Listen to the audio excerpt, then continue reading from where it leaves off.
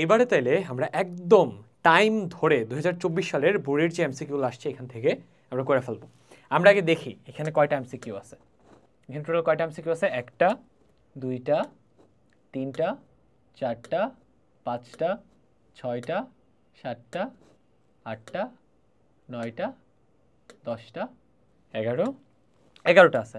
তাহলে প্রতিটা এমসিকিউর জন্য যেহেতু আমাদের 1 মিনিট করে টাইম থাকে, আমরা 11 মিনিট টাইম নিব। আমরা না হয় 1 মিনিট টাইম কম নেই, 10 মিনিট টাইম নিব। 10 মিনিট টাইমের মধ্যে প্রতিটা এমসিকিউ কীভাবে সলভ করতে হয় আমরা দেখব। ঠিক আছে, আমরা টাইম সেট করবো। বাট তার আগে এক্সাম হলো সময়ের মধ্যে এমসিকিউ অ্যান্সার করার স্টেপসগুলো কী, স্ট্র্যাটেজিটুকু কী, এটা তোমাদেরকে আমি আগে দেখাইনি। ঠিক আছে, নাম্বার 1 স্টেপ, আমরা সবগুলো এমসিকিউ একবারে সলভ করব না, আমরা সবগুলো এমসিকিউকে মাল্টিপল রাউন্ডে সলভ করব। প্রথম রাউন্ডে আমরা ওইসব এমসিকিউ সলভ করব যেগুলোকে 0 সেকেন্ডে সলভ করা যায়। কোশ্চেনটা দেখছি, পারি, অ্যান্সার দেখাবো, নেক্সট। যদি এমন না হয় স্কিপ। বুঝে গেছে? এইভাবে একটা রাউন্ড দিব। কোশ্চেন দেখছি, পারি, অ্যান্সার, টিক, ডান, নেক্সট। এই ক্যাটাগরির যেগুলো হবে না এগুলো ধরবো না। একটা রাউন্ডে সব 0 সেকেন্ডে অ্যান্সার করা যায়, ওগুলো অ্যান্সার করে ফেলবো। সেকেন্ড রাউন্ডে এবার হচ্ছে পারি এবং ফার্স্ট ক্যালকুলেট করা পসিবল, ওইগুলো অ্যান্সার করবো। এবার সেকেন্ড রাউন্ডে আসবো। এবার যে কোশ্চেনগুলো যেগুলো অ্যান্সার করছি এগুলোতে টিক দিয়ে দিব, যেগুলো অ্যান্সার করি না এখান থেকে ধরবো। পারি, দ্রুত ক্যালকুলেট করতে পারবো, ওকে ক্যালকুলেট করে অ্যান্সার, নেক্সট। পারি, দ্রুত ক্যালকুলেট করা যাবে, ইয়াস, অ্যান্সার করো, টিক দিয়ে নেক্সটে চলে যাও। তারপর কোশ্চেনে গেলাম, দেখলাম যে পারি বাট টাইম লাগবে বা অন্য ক্যাটাগরির, স্কিপ। ঠিক আছে, সেকেন্ড রাউন্ড শেষে মোটামুটি প্রথম রাউন্ড শেষে আমরা দেখব 25টার মধ্যে এমসিকিউ 10টাই হয়ে গেছে প্রথম রাউন্ড শেষে। সেকেন্ড রাউন্ড শেষে এসে দেখবো মোটামুটি 15 থেকে 17টা হয়ে গেছে, বুঝছো? থার্ড রাউন্ডে এসে এবার কোনগুলো ক্যালকুলেট করব, পারি বাট আমাকে একটু স্লো ক্যালকুলেট করতে হবে, বড় ক্যালকুলেশনস। এবার আসো, ওইসব কোশ্চেনেই ধরবো যেটা আমি পারি বাট একটু ক্যালকুলেশনসটা লেংথি, আমি শিওর পারি বাট ক্যালকুলেট করলে মিলবে। ঠিক আছে, এই রাউন্ডটা শেষে আয়সা দেখবো আমার আর টাইম মোটামুটি আমার 18-19টা দাগানো হয়ে গেছে। ঠিক আছে, টাইম মোটামুটি হাতে 7 মিনিটের মতো বাকি আছে, বা টাইম মোটামুটি 10 মিনিটের মতো বাকি আছে। কোশ্চেন এরকমই 10টার মতো বাকি থাকতে পারে। ঠিক আছে, এইবার বা তুমি যদি তোমার প্রিপারেশন যদি অনেক ভালো হয় তুমি দেখবার 5 থেকে 6টা কোশ্চেন বাকি আছে। এবার ফোর্থ রাউন্ড, এটা একটু লক করে নিই, লক করি।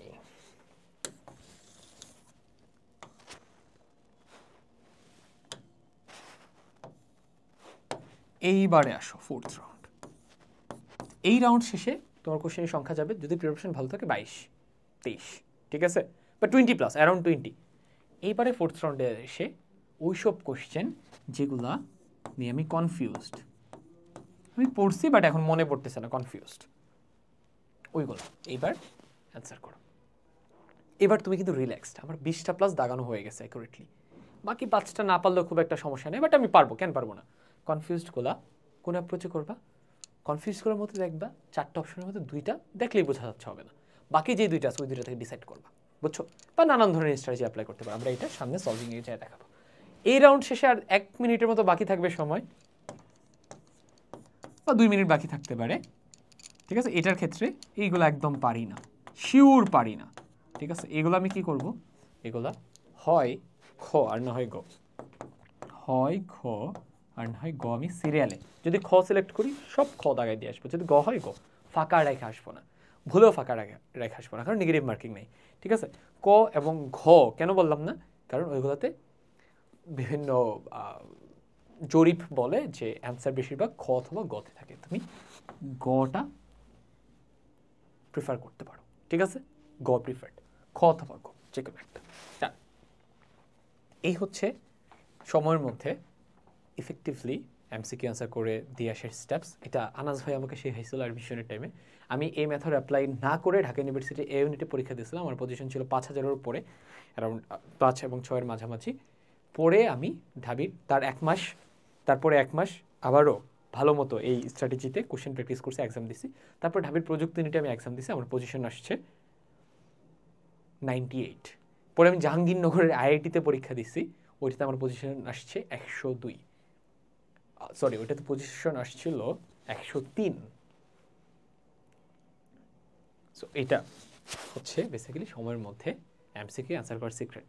এই দুইটা জায়গাতেই আমি ক্যালকুলেটর ছাড়া এক্সাম দিছি, তাও আমার যথেষ্ট ভালো পজিশন আসছিল, জাস্ট বিকজ এই স্ট্র্যাটেজিটা অনেক বেশি পাওয়ারফুল। ওকে, তাহলে আমরা যেহেতু আমরা 11টা কোশ্চেন সলভ করতেছি, আমরা টাইম 11 মিনিট না নিয়ে একটু কম নিলাম টাইমটা, ঠিক আছে? আমরা এটা নিই, ঠিক আছে? আমরা 10 মিনিট টাইম নিচ্ছি। ওকে, আমরা এখানেও একটা টাইমার দিয়ে নিই, আর আমাদের ক্যালকুলেটর লাগবে, ক্যালকুলেটর উপরে স্ক্রিনে আছে, সমস্যা নেই। রিস্টার্ট দিছি, দেই নেই। ওকে, ডান। আমি তাহলে শুরু করে দিই। 3, 2, 1, গো। কোয়ান্টাম তত্ত্বের সাথে থিওরি অফ রিলেটিভিটি ব্যবহার করে কোন বিজ্ঞানী প্রতি পদার্থের অস্তিত্ব ঘোষণা করেন? মনে পড়তেছে না, স্কিপ। নিচের কোনটি মৌলিক একক? অবশ্যই পারি। নিউটন না, জুল না, প্যাসকেল না, অবশ্যই ক্যালভিন। দেখাই ফেলি, তাড়াতাড়ি। এই কোশ্চেন আবার দাগাও না, ওই মারে দাগাবো আর কি, ঠিক আছে? আচ্ছা, নিচের কোনটি লব্ধ একক? পারি, অবশ্যই পারি, এখনই পারবো। লব্ধ একক। ক্যান্ডেলা, ক্যালভিন এগুলো না, নিউটন। ঠিক আছে। আচ্ছা, এককের গণিতক বা উপসকের ক্ষেত্রে নিচের কোন সম্পর্কটি সঠিক? চিন্তা করতে হবে, সময় লাগবে। এটাও চিন্তা করতে হবে, সময় লাগবে। নিচের কোনটি ন্যানো সেকেন্ড? এটা তো দেখার সাথে সাথে জানি, 10⁻⁹, তাই না? প্রথম রাউন্ডে আছে, কিন্তু প্রথম রাউন্ডে দেখার সাথে সাথে যেটা আনসার লাগাইতে পারবো ওইটাই টাচ করবো। 1 টেরা, এটা তো দেখার সাথে সাথে বইলা দিতে পারি, 10⁻12, তাই না? 2 মিলিমিটার, এটা আসলে ক্যালকুলেট করা লাগবে, দেখার সাথে সাথে বলা যাচ্ছে না। স্লাইড ক্যালিপার্সের ভার্নিয়ার স্কেলের মোট ভাগ সংখ্যা, এইটাও একটু চিন্তা ভাবনা করে, ক্যালকুলেশনসের ব্যাপার আছে। একটি স্ক্রু গোজের ম্যাথ, এটাও চিন্তা ভাবনার ব্যাপার আছে। আপেক্ষিক ত্রুটি, এটা তো দেখার সাথে বলা সম্ভব। আপেক্ষিক ত্রুটি ইজগুলো চূড়ান্ত ত্রুটি ডিভাইডেড বাই পরিমাপকৃত মাপ 100 দিয়ে মাল্টিপ্লাই করা বাধ্যতামূলক না। কোথাও লাগতে পারে, কোথাও নাও লাগতে পারে। ডান। প্রথম রাউন্ড শেষ। দেখো 2 মিনিটে প্রথম রাউন্ড দেওয়া শেষ আমাদের। 2 মিনিটে কয়টা কোশ্চেন দাগাইছে দেখছো? অনেকগুলা দাগাইছে। আমরা একটু পজ করি, একটু অ্যানালাইজ করব। তাহলে দেখো, আমরা প্রথম রাউন্ড 2 মিনিট এখনো হয় নাই, 1.5 মিনিট হয়েছে। 1.5 মিনিটে কয়টা কোশ্চেন দাগাইছি দেখো তো? 1.5 মিনিটে আমরা দাগাইছি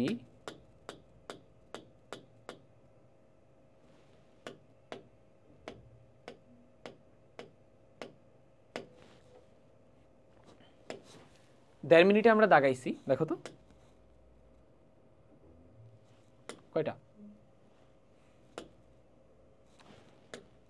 একটা, দুইটা, তিনটা, না এটা না, তিনটা, চারটা, পাঁচটা। তুমি চিন্তা করো, 11টার মধ্যে 5টাই আমরা দাগাই ফেলছি 1.5 মিনিটে, জাস্ট বিকজ আমরা এই স্ট্র্যাটেজি অ্যাপ্লাই করছি। মাল্টিপল লেয়ারে আনসার করব, মাল্টিপল রাউন্ডে। আর তুমি যদি সিরিয়ালে যাইতা, এটা নিয়ে বসে ভাবতা। এখানে কিন্তু 30 সেকেন্ড গন। এটা অ্যান্সার করছো, ভালো কথা। এটাও অ্যান্সার করছো, ভালো কথা। এখানে এসে বসে ভাবতা। এটা এই যে এখানে এসে বসে ভাবতা। তারপর এখানে এসে বসে ক্যালকুলেট করতা। তোমার সময় চলে যেত 5 মিনিট, 5 মিনিটে দেখতে তোমার অ্যান্সার হতো 5টা। বাট এখন কিন্তু বেটার, আমি 2 মিনিটে 5টা অ্যান্সার, 1.5 মিনিটে 5টা অ্যান্সার করে ফেলছি। এখন কিন্তু আমার কনফিডেন্স ভালো।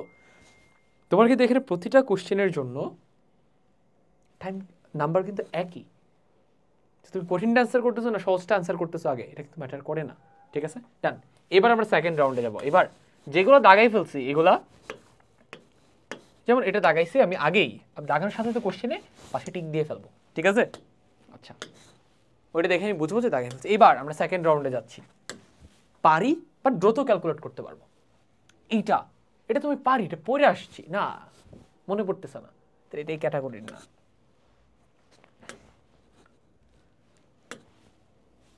এটা আমি পারি, অনেক দ্রুত ক্যালকুলেট করতে পারবো। এককের গুণিতক বা উপসকের ক্ষেত্রে নিচের কোন সম্পর্কটি সঠিক? টেরা মানে 10⁻12, তাই না? পিকো মানে জানি কত? আচ্ছা এটা দেখি। গিগা জানি কত? 10⁻9। টেরা হচ্ছে 10⁻12। এক্সা হচ্ছে 10⁻18। এটো হচ্ছে 10 to the power -18, tera 10 to the power 12, mega 10 to the power 9। তাহলে তুমি দেখো টেরা এটার চেয়ে মোটেও ছোট না, ভুল। এক্সা মোটেও এটার চেয়ে ছোট না, ভুল। গিগা মোটেও এটার চেয়ে বড় না। তার মানে এটা দেখো পিকো আমি ভুলে গেছি, ধরে নাও আমি ভুলে গেছি পিকো কত, বাট স্টিল আমি না জানা সত্ত্বেও কিন্তু এটাকে কারেক্ট হিসেবে দাগাইতে পারতেছি। বাকি চারটা তো ভুল, তাই না? তার মানে পিকো হচ্ছে কত? 10 টু দি পাওয়ার -12। ওকে ডান, এটা আমাদের হয়ে গেল। এটা পারি অ্যান্ড ফার্স্ট ক্যালকুলেট করা যাবে। 1 অ্যাটোমিটার সমান কত পিকোমিটার? 1 অ্যাটোমিটার মানে কি? অ্যাটো মানে হচ্ছে 10 টু দি পাওয়ার -18 মিটার। এখান থেকে এটাকে পিকোতে নিতে হবে, তাই না? খুবই সহজ। দেখো পিকো মানে কত? পিকো মানে হচ্ছে 10 টু দি পাওয়ার -12, তাই না? এখানে লেখা হলো 10 to the power -12, 10 to the power -12 লিখলাম। আর বাকি থাকে কত? বাকি থাকে হচ্ছে 10 টু দি পাওয়ার -6। এটা ইকুয়াল করার জন্য এত মিটার আমাকে যেহেতু পিকোতে নিতে হবে, এটাই তো পিকো, তাহলে এটা যাতে পি লিখে দাও, 10 to the power -6 picometer. Just এটার জায়গাতে পি লিখে দিচ্ছি, ডান। এটাই অ্যান্সার। দেখো এটা কিন্তু এখানে দেওয়া আছে 10 টু দি পাওয়ার -6, ডান। তারপর যাই নিচের কোনটি, এটা আমাদের অ্যান্সার করা হয়ে গেছে, এগুলো আগে টিক দিয়ে নিবা। হ্যাঁ, এটা অ্যান্সার করা হয়ে গেছে মানে টিক দিয়ে নিবা, ডান। তারপর যাই 1 টেরা সমান কত? এটা অ্যান্সার করা হয়ে গেছে। এটা পারি অ্যান্ড ফার্স্ট না, একটু স্লো ক্যালকুলেশনস লাগবে, তাই না? সো এটা স্কিপ করি। স্লাইড ক্যালিপার্সের ভার্নিয়ার স্কেলের মোট ভাগ সংখ্যা 5 খড়ের দৈর্ঘ্য কত? এইটা কিন্তু অনেক ফাস্ট ক্যালকুলেট করা যাবে, কারণ ভার্নিয়ার স্কেলের কিছু ঘরের দৈর্ঘ্যের ফর্মুলা হচ্ছে ভার্নিয়ার কনস্ট্যান্ট ইনটু ঘর সংখ্যা। তাহলে ঘর সংখ্যা কত? ঘর সংখ্যা হচ্ছে 5, আর ভার্নিয়ার কনস্ট্যান্ট কত? কিছু যেহেতু বলার নাই, ডিফল্ট ভার্নিয়ার স্কেলের ভার্নিয়ার কনস্ট্যান্ট হচ্ছে 1/20 মিলিমিটার। 1 millimetre by 20। মূল স্কেলের ক্ষুদ্রতম এক ঘরের দৈর্ঘ্য 1 মিলিমিটার এবং ভার্নিয়ার স্কেলে ইউজুয়ালি 20টা ভাগ থাকে। তাহলে এখানে কত পাবো? 5 ইন্টু 1 ডিভাইডেড, ক্যালকুলেটর নাও, ক্যালকুলেটর দিয়ে হিসাব করো। আমরা এখানে ক্যালকুলেটর ওপেন করে রাখছি। তো কত হবে? 1/20, তাই না? 1 ডিভাইডেড বাই 20 ইন্টু কত? 5, কত আসবে? 0.25 আসবে, তাই না? তাহলে 0.25 যেহেতু মিলিমিটারে, এইটা অ্যান্সার। এটা কিন্তু অনেক ফাস্ট ক্যালকুলেট করা গেছে না? তারপর এটা একটা টিক চিহ্ন দিয়ে নিবা এখানে। আচ্ছা, তারপর যাই, একটি স্ক্রুয়ের পিচ এত বৃত্তাকার অংশে ভাগ সংখ্যা, স্ক্রুগেজের ন্যূনাঙ্ক কত? ন্যূনাঙ্ক ক্যালকুলেট করা তো খুবই ফাস্ট ক্যালকুলেট করা যায়। Least count is equal to pitch. Pitch কত? পিচ ডিভাইডেড বাই ভাগ সংখ্যা। পিচ হচ্ছে 0.5 এন্ড ভাগ সংখ্যা হচ্ছে 100। 100 দিয়ে এটাকে ভাগ দিলে, যেহেতু দুইটা শূন্য, দশমিকটা আরও 2 ঘরে এদিকে আসবে, তাই না? তার মানে এটা হবে হচ্ছে 0.005 মিলিমিটার। তাহলে 0.005 মিলিমিটার, এটার আনসার হচ্ছে ক। এটা পারি অ্যান্ড ফার্স্ট ক্যালকুলেট করা গেছে। এটা একটা টিক দিয়ে নাও, কোশ্চেন একটা টিক দিয়ে নাও, আর ওএমআর এ বৃত্ত ভরাট করবা। এটা অ্যান্সার করা হয়ে গেছে, ডান।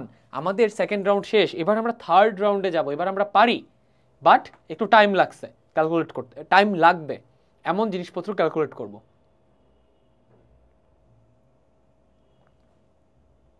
এটা নিয়ে আমার কনফিউশন আছে, এটাতে এখন ধরবো না।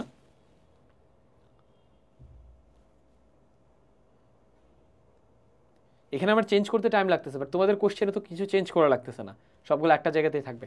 এইটা দেখো কি বলতেছে, 2 মিলিমিটার পিচ বিশিষ্ট স্ক্রুগেজের ন্যূনাঙ্ক লিস্ট কাউন্ট দেওয়া আছে। স্ক্রুগেজ নিয়ে কাজ করতে বলছে। বৃত্তাকার স্কেলের ভাগ সংখ্যা কত? তাহলে list count is equal two, আমরা জানি বৃত্তাকার স্কেলের ভাগ সংখ্যা নিচে, আর উপরে কি থাকে? পিচ থাকে, তাই না? পিচের ভ্যালু দেওয়া আছে 2 মিলিমিটার। লিস্ট কাউন্ট কত দেওয়া আছে? লিস্ট কাউন্ট দেওয়া আছে 0.002 সেন্টিমিটারে দেওয়া আছে, কিন্তু এটা সেন্টিমিটারে দেওয়া আছে। এটা মিলিমিটার, এটা সেন্টিমিটার, ঝামেলা, দুইটাকে একই করতে হবে। তাহলে এই সেন্টিমিটারটাকে মিলিমিটারে নিয়ে নাও। সেন্টিমিটার থেকে মিলিমিটারে নেওয়ার জন্য কি করতে হয়? 10 দিয়ে গুণ করতে হয়। 10 দিয়ে গুণ করলে দশমিকটা জাস্ট এখানে চলে আসবে, ঠিক আছে? এবার এটা মিলিমিটারে আছে, এটাও মিলিমিটারে, এটাও মিলিমিটারে, কাটা কাটা। তাহলে n ইজ ইকুয়াল টু কত? n is equal to 2 divided by 0.02। Calculator নাও, 2 ডিভাইডেড বাই 0.02, 2 ডিভাইডেড বাই 0.02 কত হচ্ছে? 100 হচ্ছে। এটা 100 মানে কি 10 স্কোয়ার, এটা দাগাই দাও, এটাই উত্তর। যারা একটু একটু যারা বুদ্ধিমান তারা জানে যে বৃত্তাকার স্কেলের ভাগ সংখ্যা অলওয়েজই 100 হয়। সো এটা ক্যালকুলেশনস না করেও কিন্তু চাইলে অ্যান্সার বসাই দিতে পারে। এটা আমাদের অ্যান্সার করা হয়ে গেছে। আমরা একটু দেখি আর কোনোটা বাকি আছে কিনা। এটাও হয়ে গেছে। আমাদের আরও 2 মিনিট টাইম বাকি আছে, আমরা আরও 2টা রাউন্ড দিতে পারবো। নেক্সট রাউন্ড হচ্ছে আমাদের কনফিউশন আছে এমন, তারপরে রাউন্ড হচ্ছে পারি না এমন। ওকে, এগুলো আনসার করা হয়ে গেছে, এখনো কিন্তু স্টিল টাইম আছে। কোয়ান্টাম তত্ত্বের আর কি কোশ্চেন আছে? নাই। লাস্ট এই কোশ্চেনটা, এটা নিয়ে আমরা কনফিউজড, পারি না এমন কোনো কোশ্চেন নাই, এটা নিয়ে আমরা কনফিউজড। আচ্ছা, কোয়ান্টাম তত্ত্বের সাথে থিওরি অফ রিলেটিভিটি ব্যবহার করে কোন বিজ্ঞানী প্রতি পদার্থের অস্তিত্ব ঘোষণা করেন? মানে অ্যান্টি পার্টিকেল বা প্রতি পদার্থ, তাই না? আচ্ছা, ম্যাক্সওয়েল জানি কি করছিলেন? ম্যাক্সওয়েল, জেমস ক্লার্ক ম্যাক্সওয়েল তো হচ্ছে তড়িৎচুম্বকীয় তরঙ্গের সাথে ওটার সাথে উনি কানেক্টেড, তাই না? আচ্ছা, এখানে থিওরি অফ রিলেটিভিটির কথা বলছে, তার মানে আইনস্টাইন এখানে কানেক্টেড হইতে পারে। ম্যাক্সওয়েল শুরুতে আমার বাদ, উনি তড়িৎচুম্বকীয় তরঙ্গ নিয়ে কাজ করছিলেন, তাই না? কোয়ান্টাম তত্ত্বের কথা বলা আছে, প্লাঙ্ক কোয়ান্টাম তত্ত্ব নিয়ে কাজ করছিলেন বিজ্ঞানী ম্যাক্স প্লাঙ্ক, তাই না?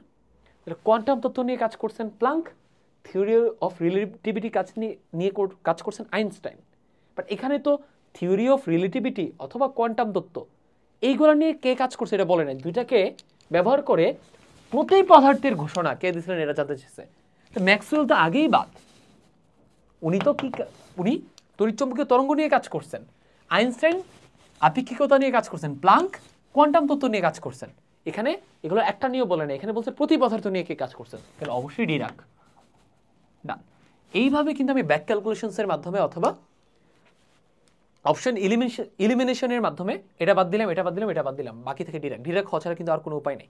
এইভাবে কিন্তু আমরা দেখো সময়ের আগেই সবগুলো অ্যান্সার করে ফেললাম।